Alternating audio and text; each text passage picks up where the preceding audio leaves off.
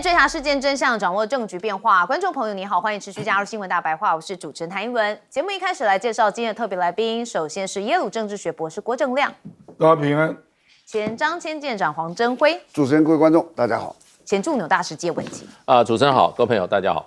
好，观众朋友，大家会持续的关注到美伊开战的情势，我们也赶快带大家先来看目前战争的走向因为我们现在连假嘛，放了4天之后，很多人很担心下礼拜2会不会还有什么新的发展但是这4天也是关键。好，我们来看到伊朗现在国防部发言人说敌人在多个关键领域遭受到挫败。他就说敌人现在呢是遭受了挫败，伊朗的军队、人民跟抵抗阵线都会在另外5个领域继续发起进攻性的防御要击败敌人。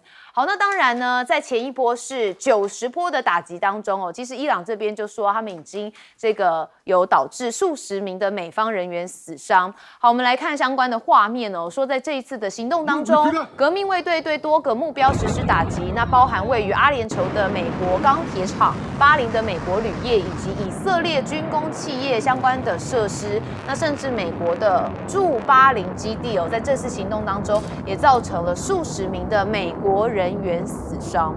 好，那伊朗的军方现在就有呛瞎说这敌人会全军覆没。好，那当然就是因为针对川普的全国演说那伊朗的外交部就回应说，伊朗绝对不会容忍这种战争谈判停火重复同样的模式的一个恶性循环。所以伊朗的军方就警告他说敌人胆敢发动地面战你们就会全军覆没。好，所以呢，是不是看准川普不会发动地面战呢？不知道，因为伊朗呢最近他们的话语也是越来越强硬。好，那川普这边看起来好像也不死心我们先看到川普最新分享了美军炸毁伊朗境内最高的 B1 大桥的影片我们看到这影片哇，炸完之后整个烟雾喧腾当然他就讲说他就是要把伊朗轰回石器时代。那后续他还预告会有很多的攻击。那伊朗若不赶快回到谈判桌到时候什么都不会留下。所以当然有人说川普就喜欢以战逼谈好像现在这种节奏还是持续。好，那伊朗的外长阿拉奇也是反呛说美方打击包含未完工大桥在内的民用建筑是无法迫使伊朗人投降。他说这只有传达出敌人在混乱当中的失败，还有道德崩坏。好，所以呢，现在川普就说没关系我们美军还有下一个目标，就是要炸你们的桥，还要炸电厂。然后他就直接讲说我们是全世界最强大的军队我们甚至还没有开始摧毁伊朗剩下的那些东西。他说接下来是桥梁，然后是发电厂，说新的政权领导层知道该做什么，而且必须要做，还要快。好，那当然川普讲了这些这么狂妄的话语之后，伊朗这边当然也有报复的反击他们说没关系，我们也有清单他们的伊朗官媒公布了报复目标的清单。好，他们的官媒是伊朗的国家电视台他们把区域内多座桥梁列为潜在的攻击目标。好，所以你可以看到川普说我要炸你们的桥梁，他就说好没关系，我也炸你们区域的其他盟友的桥梁。好，他炸的桥梁蛮特别的一个是在法赫德国王大桥。法赫德国王大桥，如果我们把这镜头拉到这地图上面一看，它是在巴林跟这个沙国之间的这座桥。好，那这座桥是沙国跟巴林唯一的陆路通道。好，所以如果这座桥遭到打击的话，等于就切断了波斯湾内最重要的海军基地美军海军基地的唯一陆上补给路线。好，那大家就会好奇说这个美军海军基地是哪呢？当然就在巴林因为这边有美国美军的第5舰队。那这第5舰队的主责就需要保护赫姆兹海峡。好，那现在伊朗如果要炸这座桥的话，当然也是要升高他们的外交要价的筹码。好，那伊朗正威胁在国际上切断美国盟友之间的连结。那现在伊朗议长也放马说直接呛瞎美国，说来吧我们有700万大军，说你要是侵犯我们的家园，你就要面对的是伊朗全国人民。说我们有700万的伊朗人是响应了全国的志愿动员，他准备拿起武器来捍卫国家。好，那现在川普说他取得了胜利，但是伊朗官员就打脸他说你就是胡说八道，说他昨天发表的演说本应该是一国总统在一场战争期间能做到的重要演讲，却在全球遭到讽刺。那川普呢，对伊朗5大目标喊得震天响，但是有人对比了实际战况就是一一打脸。包含宣称摧毁了伊朗的飞弹，还有飞弹产业，但是现在伊朗仍有相当数量的飞弹并没有被摧毁，而且还持续的发射，甚至攻击型的无人机还可以一直进行作战。那第二个就是歼灭了伊朗的海军，但是事实上是还没有终结伊朗在内的一个威胁能力。那川普也说要让伊朗支持恐怖主义代理势力失去影响力，但现实是伊朗支持的民兵组织还在中东活跃。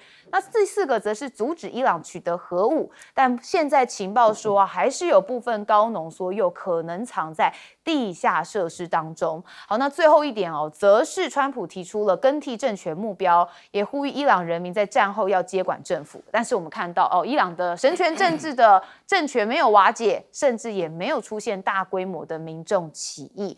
好，所以伊朗媒体有用一个故事来比喻，他说像狙击手，川普像一名狙击手，有人要求他小试身手，结果开了几枪之后呢，都没击中目标，然后这名狙击手无法承认失败，所以在着弹点周围划线，还说这个才是最初目标，所以我成功了，很像川普。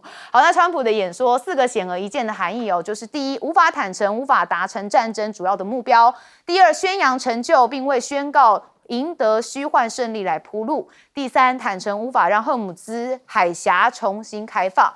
那第4就是拿前总统来和自己比较，来借此回应批评。好，所以你可以看到，有些人觉得说19分钟的川普演说根本不用看，因为呢，跟过去他在社群媒体讲的都差不多，甚至我们刚刚的分析也大概把他整体19分钟的这个部分通通都讲得蛮清楚的。好，那我们看到现在伊朗的国防部发言人呢，他是有不断的在说他们对于这个以色列还有美军的部分有多个摧毁的部分。我们先问亮哥。川普的演讲还是要可以听，他讲的越严重，股票就跌越深。那个昨天的开盘纳斯达克一开始是跌1.7%，将近2%啊。然后西德州的原油是暴涨12%，因为他的用语，他说 extremely hard 说是会对伊朗做极端严重的打击，要把伊朗的所有的电厂都打掉，这样。那你想当然了，当然知道伊朗一定会报复嘛。那伊朗的报复一定是针对人员嘛，尽管你没有针对伊朗的人员，你是要让他生活变得困难，希望老百姓不满，然后会起义啊之类的。这个就是美国的想法，以色列也是这样想了。那伊朗现在在动员嘛，那他是12.5岁的人就可以报名参加民兵那个巴斯基民兵，所以为什么会到700万，就是因为民兵暴涨，他有很多是12岁到14岁的，像两伊战争也是这样，在1980年代所以一般人认为这个战争要小不容易啦，而且你的部队陆续抵达现场你部队都抵达了，都不做任何事情，有可能吗？我觉得也很难。而且昨天发生了一件事，更让人家觉得要干了，因为海格塞斯突然把陆军总司令免职了，所以人家一定会觉得说，大概是他反对嘛，所以就被免职。免职就是一定要干啦，反正国防部长一定会找一个愿意干的人来接这个位置那陆军总司令当然就是要地面作战嘛可是这个就是我们已经讨论过，上礼拜一直讨论到现在，就是地面作战，美国当然可以占领，可是你没有办法长期驻守，而且赫姆兹海峡的油轮仍然会畏惧各种风险，他不敢过了昨天为什么股市会慢慢回升不是因为美国，而是因为伊朗跟阿曼谈了一个协议，赫姆兹的，说愿意让油轮要过嘛，然后伊朗的国会也通过了就过路费的一个方案了那预期1年可以收1200亿美元啊。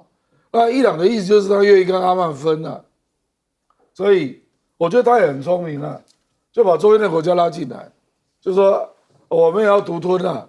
其实严格讲，他也应该要把阿联酋拉进来，因为南端是阿联酋嘛，对不对？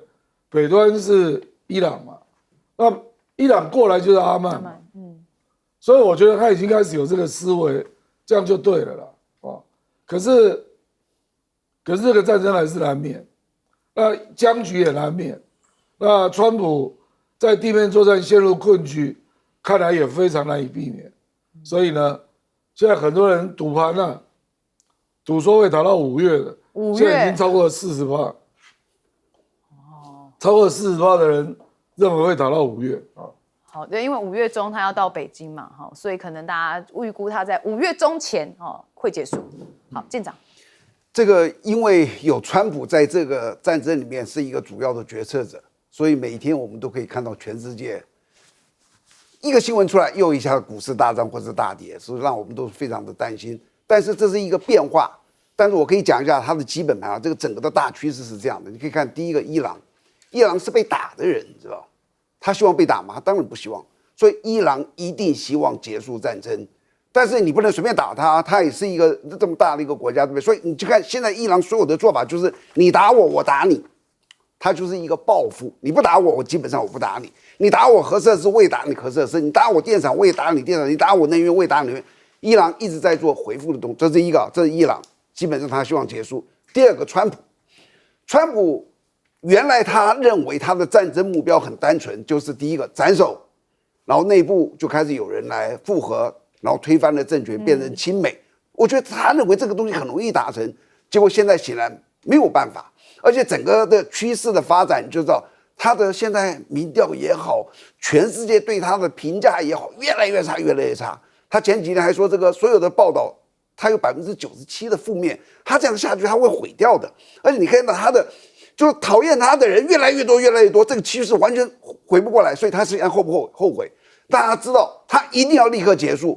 那他其实说他讲什么就什么，他现在说我们胜了，我们要撤退，可不可以？可以，但是他也知道全世界都知道你是他口，你输了，所以他不能这样做，他必须要做一些事情。但是他希不希望真的把伊朗打烂？他不希望。伊朗打烂了，基本上这个世界经济就完了，油价飙成那样子还得了吗？川普想做什么，你们知道吗？川普想要可操控，看到没有？伊朗是活的。明天我说一句话，砰，股市就大涨。再隔2天，我又做一个动作，哇，股市大跌。其实他要的是操控，你知不知道？他为什么要操控？他的家族甚至他自己可以获得多大的利益？所以他不希望把伊朗打烂，但是他希望他操控这个形势上上下下的。如果你说他想把伊朗打烂，我说2个东西。第一个，他说打就打了，他上次斩首的时候不是说打就打了吗？这一次呢，48小时又5天又10天，他一直在延长，你就知道他没有这个心。第二个，所有的战争一定是打他的战略重心。什么叫战略重心？你知道？伊朗现在的战略重心是什么？你知道？他经济。为什么？他去年这么多人民起来抗暴或是反抗，为什么？大家过不下去，生活太差了。那你既然要打伊朗，你知道要打他什么？打他的经济命脉。他经济命脉是什么？能源呐、能源在哪里？哈尔克岛。你不要登陆哈尔克岛，你只要丢几个炸弹，把哈尔克岛那个东西通通炸掉。做得到做不到？当然做得到，轻而易举。但是他为什么不做？因为他知道你打完这个东西，伊朗就完了，他就跟你拼命了。所以他一直留了这一手，这是一个。第二个，你看他现在说打什么东西？发电厂，你知道伊朗有600多个到700个，打到什么时候去啊？只是在恐吓人家。还有最近打这个大桥，对他这个经济命脉有什么关系？都是很小。所以其实川普现在在做的是一个，就是我把我的压力继续增加，然后我希望伊朗说我接受你的条件，然后他就。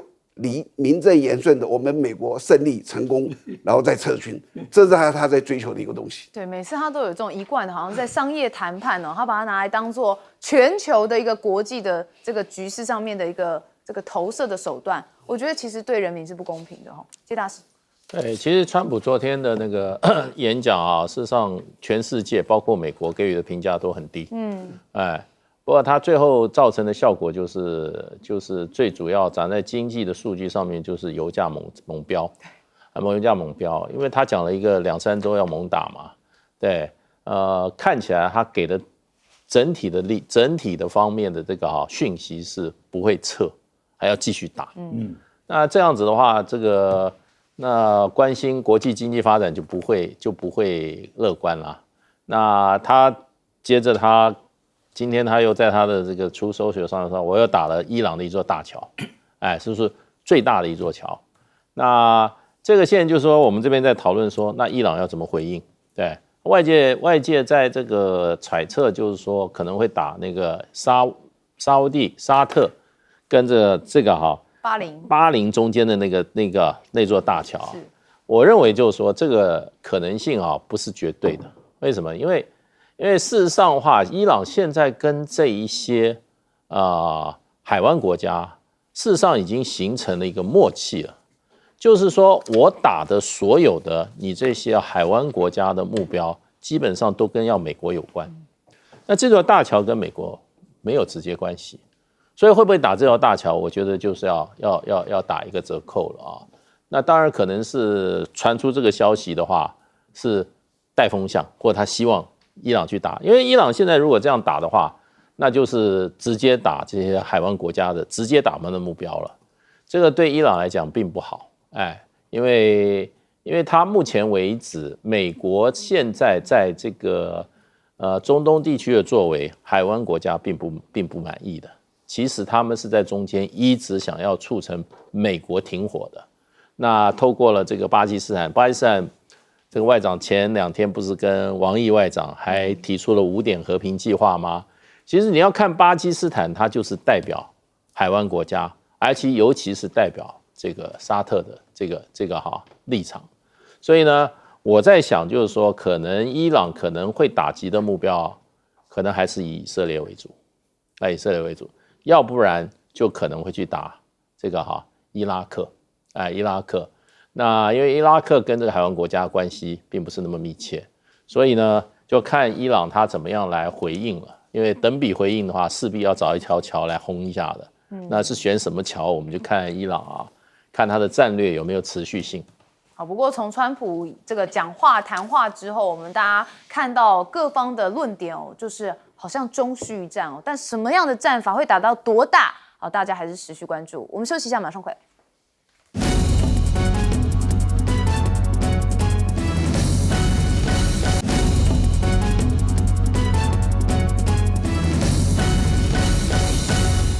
好，伊伦曾经说过，伊朗好像是打不死我，必使我更强大现在看起来真的有这种感觉他们不但是目标越来越精确，甚至还可以把美国的精锐武器给打下来。好，这次是美国的 F-35战机说伊朗宣称击落了第2架的美军 F-35战机你可以看到，他们甚至还有这个残骸照片曝光好，伊朗的作战指挥中枢他们就宣称说，在伊朗的中部上空击落了第2架美军第5代 F-35的战斗机。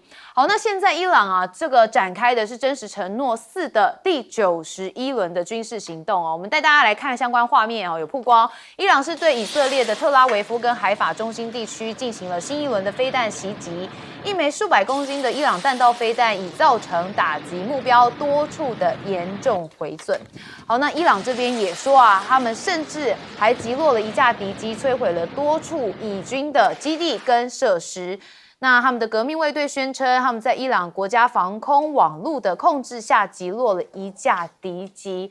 看起来伊朗现在打击力道持续未减嘛。那当然，以色列这边的动作也很多好，我们先看到就是伊朗呢攻击中东3国。那现在也门的叛军还是在对以色列这边来射弹。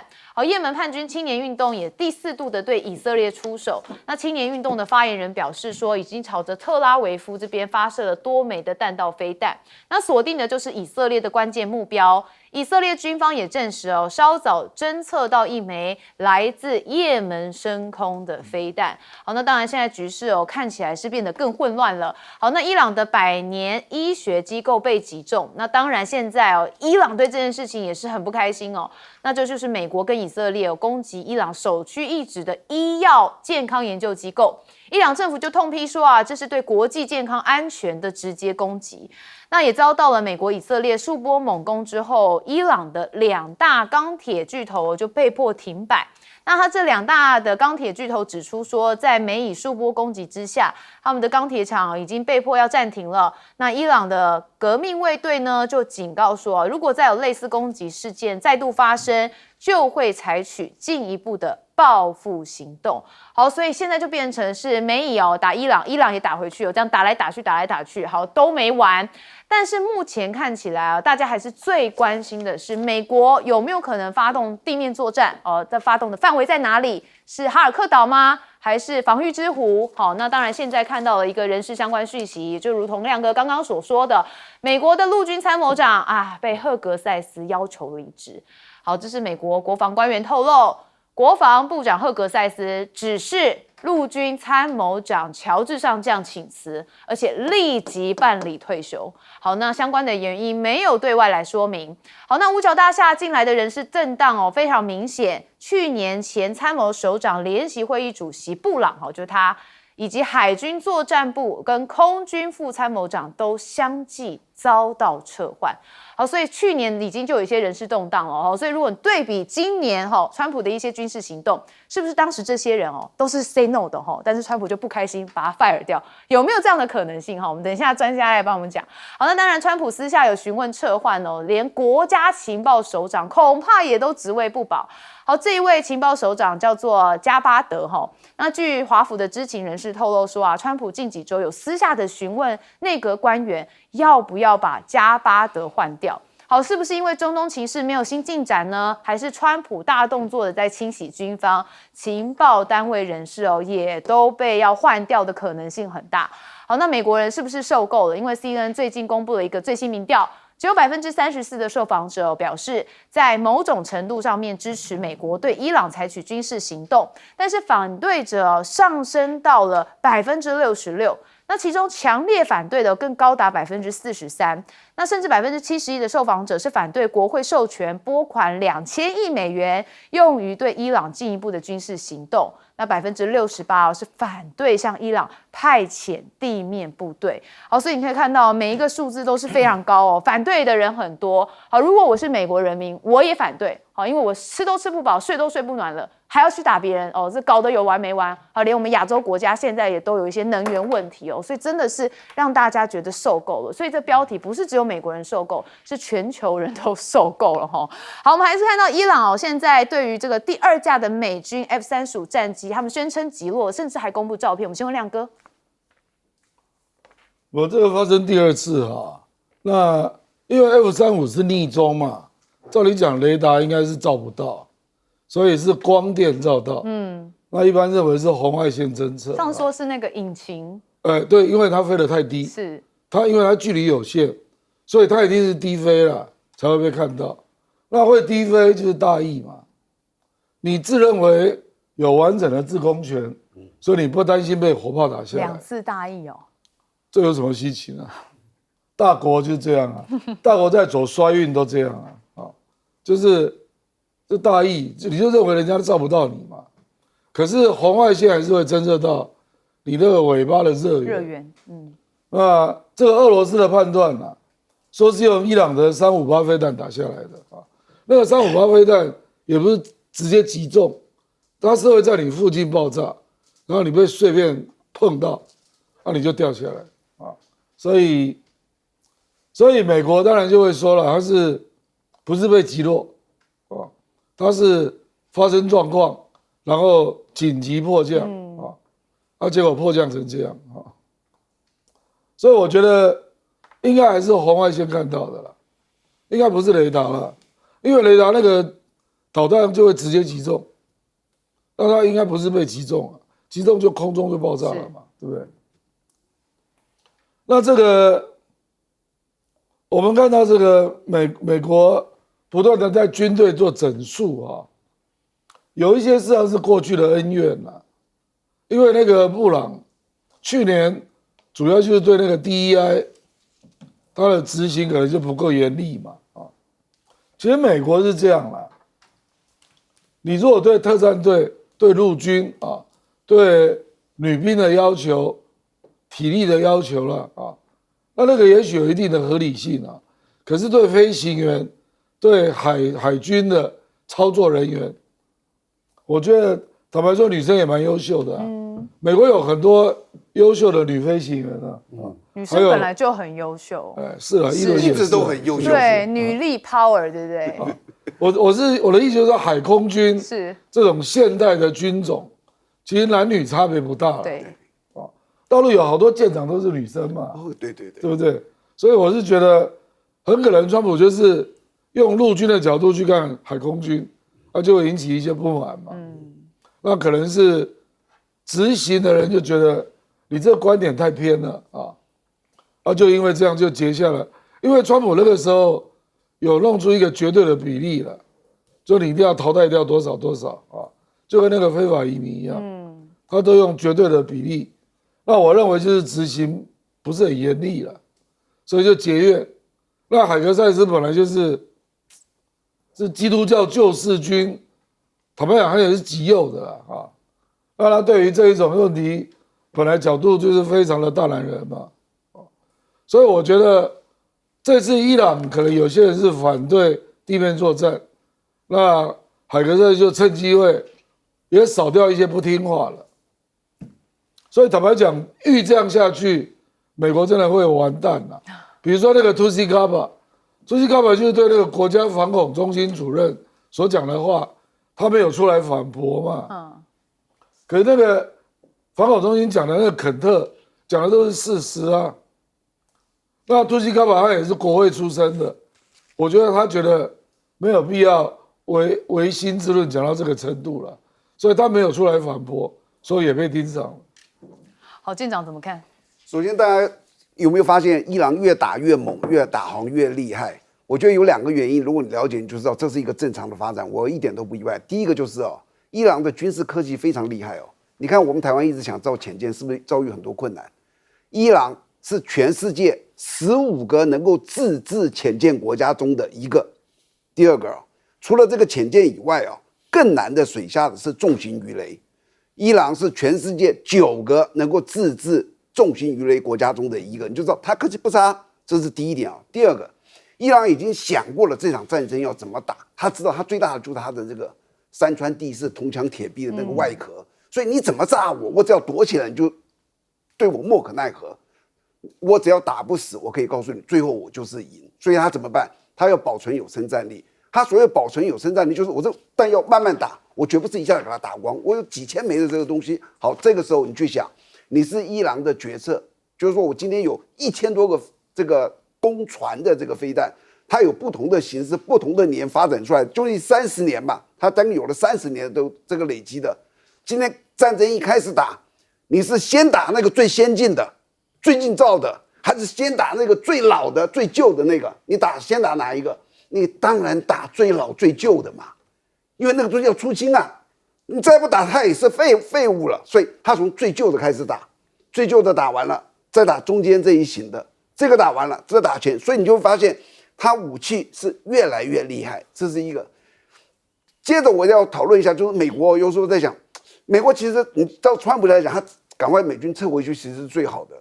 那第一个当然是面子问题，川普觉得我们这样撤回去是不是太丢脸了？我觉得这还是次要的面子对于川普而言其实不是很重要的。但是我相信有人跟他分析了，如果你美军这样撤走我跟你讲有2个大问题这个后续是尾大不掉的。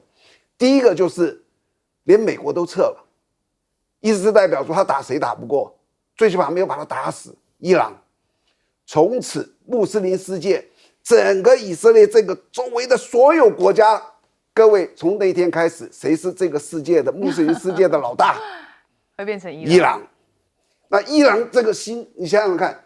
第二，一旦伊朗成为老大，其他所有人都说我们被你们欺负了70、80年的以色列、美国这个组合，我们机会是不是来了？所以你没发现最近真主党活跃了，胡塞组织活跃了。如果他们整个团结起来去打以色列呢？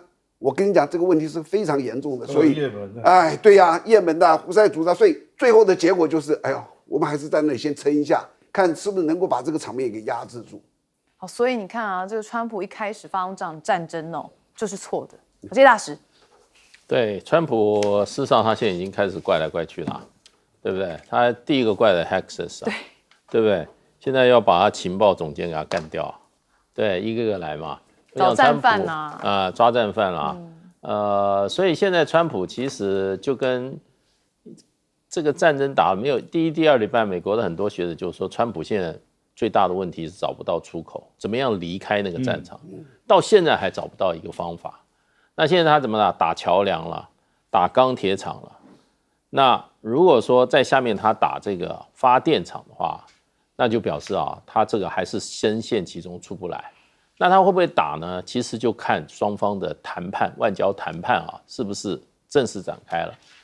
伊朗是不承认有跟美国在谈判，可是川普谈很麻烦，你只要稍微放个风声或怎么讲啊，川普马上在他出收的时候说，他说伊朗的总统向我们请求，请我们不要再打了。那伊朗总统没说啊，对不对？伊朗可能总统说的是另外一方面。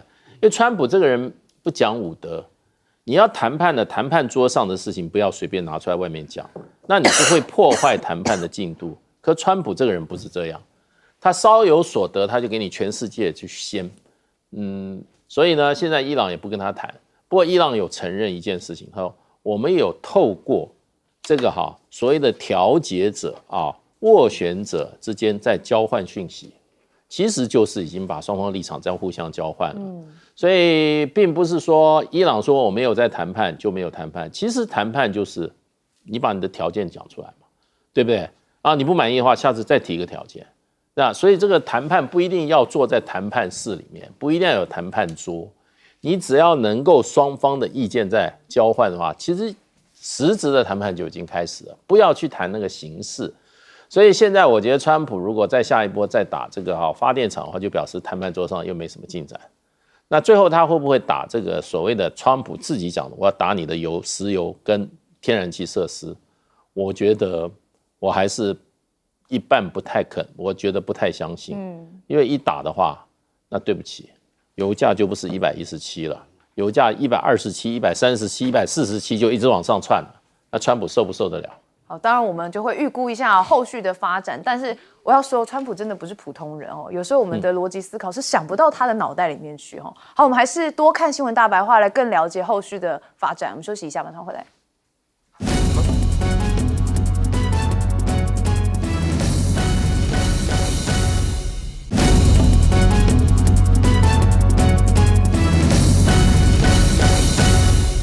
好，伊朗的攻势不断，那我们也看到伊朗大部分都是对准了美军基地哦。那现在也说美军的沙烏地基地萨德的反导雷达在伊朗的攻击当中受损，所以就有卫星的影像显示说这是位在沙国苏丹王子空军基地的一部美军关键雷达，在3月1号伊朗对其攻击当中受损。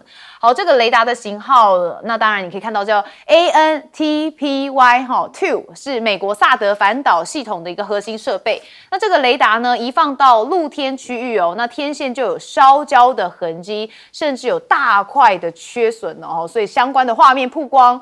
那现在呢，是不是要反击伊朗的封锁？我们看到有传出波湾国家要考虑打造一个新的管线就是要绕过赫姆兹海峡。这是《金融时报》所报道说现在他们波斯湾各国在考虑新建另一条输油管线，要绕过这个全球石油命脉以利继续的出口石油还有天然气。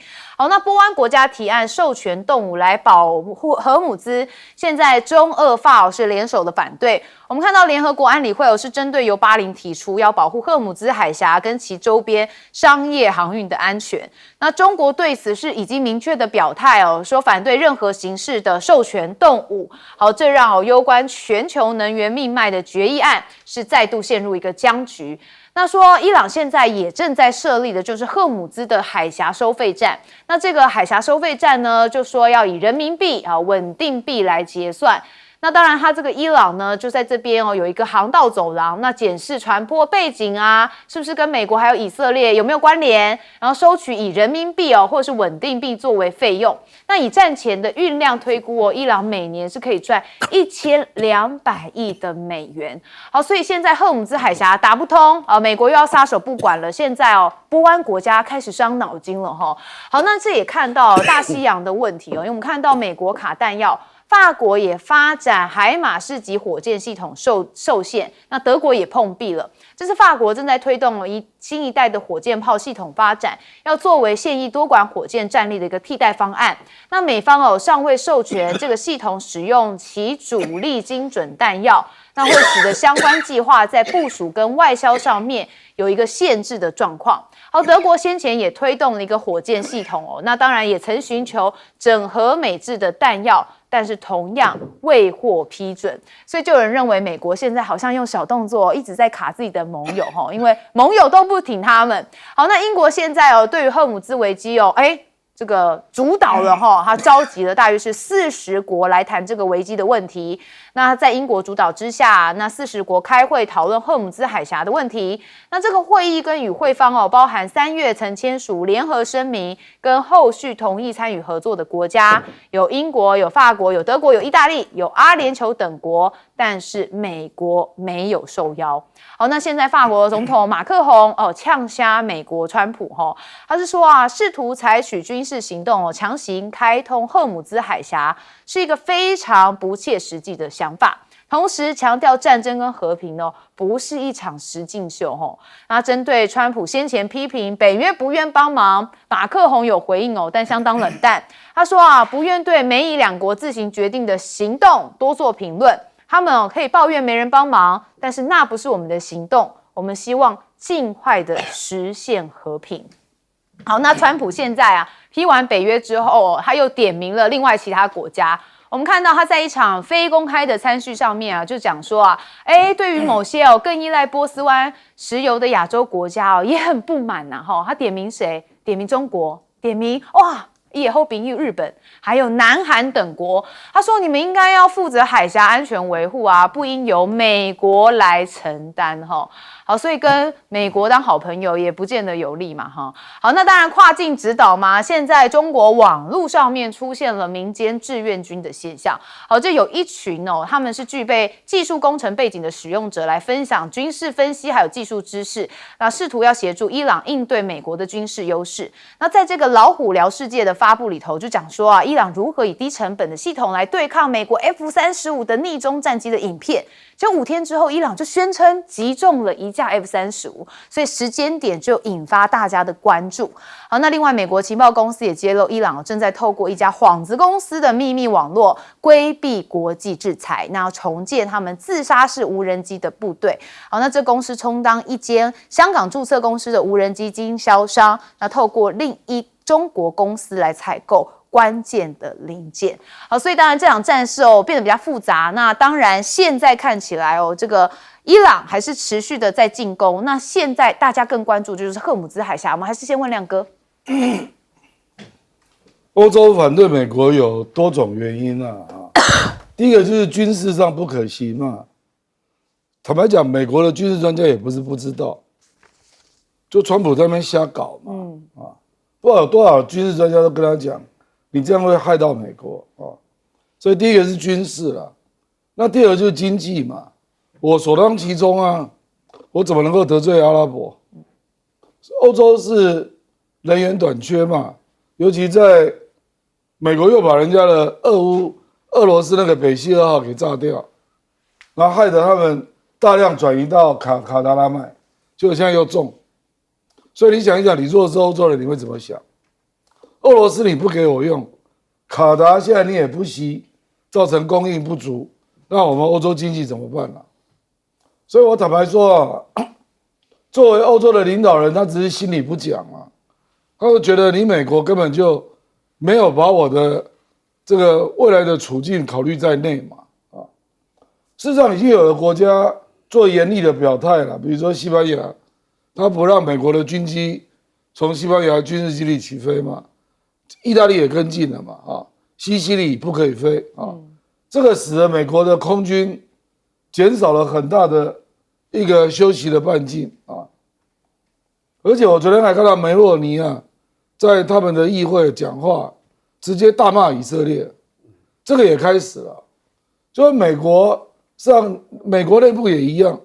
我昨天看到加州州长纽森，还有那个美国的副总统 J.D. Vance， 这两个人蛮有代表性的，因为他们明年搞不好要选总统两个人是对手啊，就两个人都出来骂纳坦雅胡，一起骂然后现在美国的犹太人还有以色列内部反映纳坦雅胡的声音也开始了。我觉得这个是一个好的发展就说美国如果不能够跟纳坦雅胡切割，那你永远退不出去了，就会掉入深渊里头。你就是这明明就是纳坦雅胡的计谋嘛，你中了人家的圈套。这个时候事实上要善了，就是要把纳坦雅胡斩首造成的仇恨把它化解掉嘛。所以你纳坦雅胡一定要下台。我认为纳坦雅胡没有下台这个战争是不会结束的即便你美国退出，伊朗还是要打以色列没错，对不对？所以我是觉得终究在讲，就是说国际的舆论，包括欧洲，包括美国内部，各种声音也上来了，所以你才会看到川普的民调最低跌到34嘛我看那个福斯的民调，它也跌到39所以我觉得这个共和党一定会逐渐感受到压力了。那纳坦雅胡就看美国要用什么形式，让他可以怎么讲呢？就是你的任务已经达成了啦。我们就以色列的右派的角度来看，他已经达成目的了啦，就是削弱伊朗，占领了黎南，那你还要怎样你还不赶快见好就收？如果不赶快见好就收，我跟你讲，这个仇恨这样下去我觉得连对以色列、对犹太人的未来都不是好事了。其实我的朋友就跟我讲一句话，说纳坦雅胡这样干他是耗尽了2战受害全世界对他的同情他这样做是非常糟糕的你从加沙到黎南，你这样杀人，然后对别的国家都是用斩首，你觉得别的国家会怎么看你？所以我觉得见好就收了，差不多了啦。对，不过有人认为纳坦雅胡跟犹太人某一些族群是不一样的有些思考的方式是不一样。那但是也要看美国到底要不要抓出纳坦雅胡这个战犯大使。川普的话是比较困难。那其实美国其他，甚至美国有一些犹太背景的学者也都指出来，就是纳坦雅胡这个挖了个坑，川普掉下去了。所以很多都明白讲，其实美国这场战争就是为了以色列的利益而战，用美国人的血去促进以色列的利益。那美国在这场战争中里几乎一无所获，一无所获，而绝对不但无所获，而且损失惨重。那其中之一就跟欧洲的关系。其实欧洲关系从川普2.0以后，基本上跟欧洲就已经搞得若即若离了。那这一次说实话，西班牙、这个法国反美国不参了，我倒还不会太吃惊。意大利跟英国，英国到现在他的首相还不断的重申，我跟英国社会保证，我们做任何事会以英国的利益为唯一最优先的考虑，我们不会去考虑其他关系。因为英国跟美国过去都是特殊关系你知道特殊关系的话，就是说这两个国家几乎只要美国打仗，2次大战英国从来没缺席过。另外还有一个国家，欧洲国家也认为自己跟美国是特殊关系，就是意大利。意大利的美国人在意大利也是在美国非常活跃的。所以呢，那个在欧洲社会里面，美国人感觉到对他们感觉最亲的，除了英国外就是意大利。对，所以这个地中海舰队的这个司令部就在意大利。所以美国在这个地中海的这个军事重镇都在意大利。那没想到意大利梅诺尼每次看着川普的时候，眼神都充满了好像很对川普很崇拜的。就这次不但没有跟着美国，开始骂美国。那所以这个就是说，欧洲跟美国在2次大战在重大议题，尤其安全议题上彻底决裂，就是这次。谁的损失呢？美国人认为是自己的损失，那欧洲人不认为自己损失，因为欧洲人已经知道了，川普事实上根本就没有把欧洲人当作他们自己的朋友啊，所以或者自己的盟友，所以这次我看就是说，这次战后可能川普跟美国要重新收拾跟他的这些盟邦之间的关系可能会非常的困难，尤其跟欧洲这个梁子结得非常的深。会不会川普也想说，他再做个几年就不做了嘛？好，舰长。川普把他这一任川普2.0当做他商人生涯中最容易赚钱的4年，他脑袋瓜想的就是赚钱，这是第一个。第二个，我特别要讲一下，川普说了一句话，叫做什么东西，你知道？他说荷姆斯海峡如果被封锁的话，影响最大的是谁？是中国、日本、韩国，你们大部分由从这走的嘛？这句话有没有道理？一点道理都没有。如果荷姆斯海峡被封锁，只有中国、日本、韩国的油价飞涨，其余的油价都一样的话，他这句话就是对的。但是只要封锁是全世界的油价都涨，那跟这个中日韩是单独的吗？谁搞成这个样子？所以这当全世界油价都涨的时候，大家都受不了。然后第二个我要说这个授权武力去开启这个，如果我是这个决策者，我也不会同意，因为第一个什么东西你知道？目前有没有100%的封锁？有吗？如果目前是100%的封锁，我支持全世界透过联合国组织一个联军去想，因为这个影响太大了，你知道，要想办法给它开通。但是对不起，它没有全部被封锁。那第二个呢？如果这时候授权它又没有完全被封锁的话，那你知道一个队伍去你要能够赢，你要把伊朗打趴。如果你打不趴，你是不是反而是给你自己找麻烦？那我跟你讲。荷姆斯海峡那里不是说一个很大的一个大陆地，你那个一个一个进去，你再多的军队都没有用，他要安安虚虚的进去，对伊朗而言那个完全没办法。就是如果授权会让这个情形推向一个更糟糕的状况，可是解决不了问题，所以我也支持绝对不要。那接着伊朗说这个在那里收这个过路费我可以告诉你那是违法的。我倒给伊朗一个建议，因为那个地方你不可以收过路费。我可以给伊朗一个建议，在那里你开辟一个全世界的叫做海事保险。你不知道这个船过去了都有一个保险就万一战争前万一被击沉的话，你要去缴险。英国有好多个海事保险，现在这个海事保险从几十万美金已经涨到了快200万了，就是因为那里的动乱嘛，就在升了。那我是这个伊朗的话，我这样子好了，全世界不要到英国去找他了，来找我保护你过去。然后，如果你被打，我赔你；但只要你不被打，你的这个保险费缴过我。一艘船我就要讲好了，走一趟200万美金，跟这个保险费比还差不多嘞。那我可不可以这样子做？我可不可以这样去收费？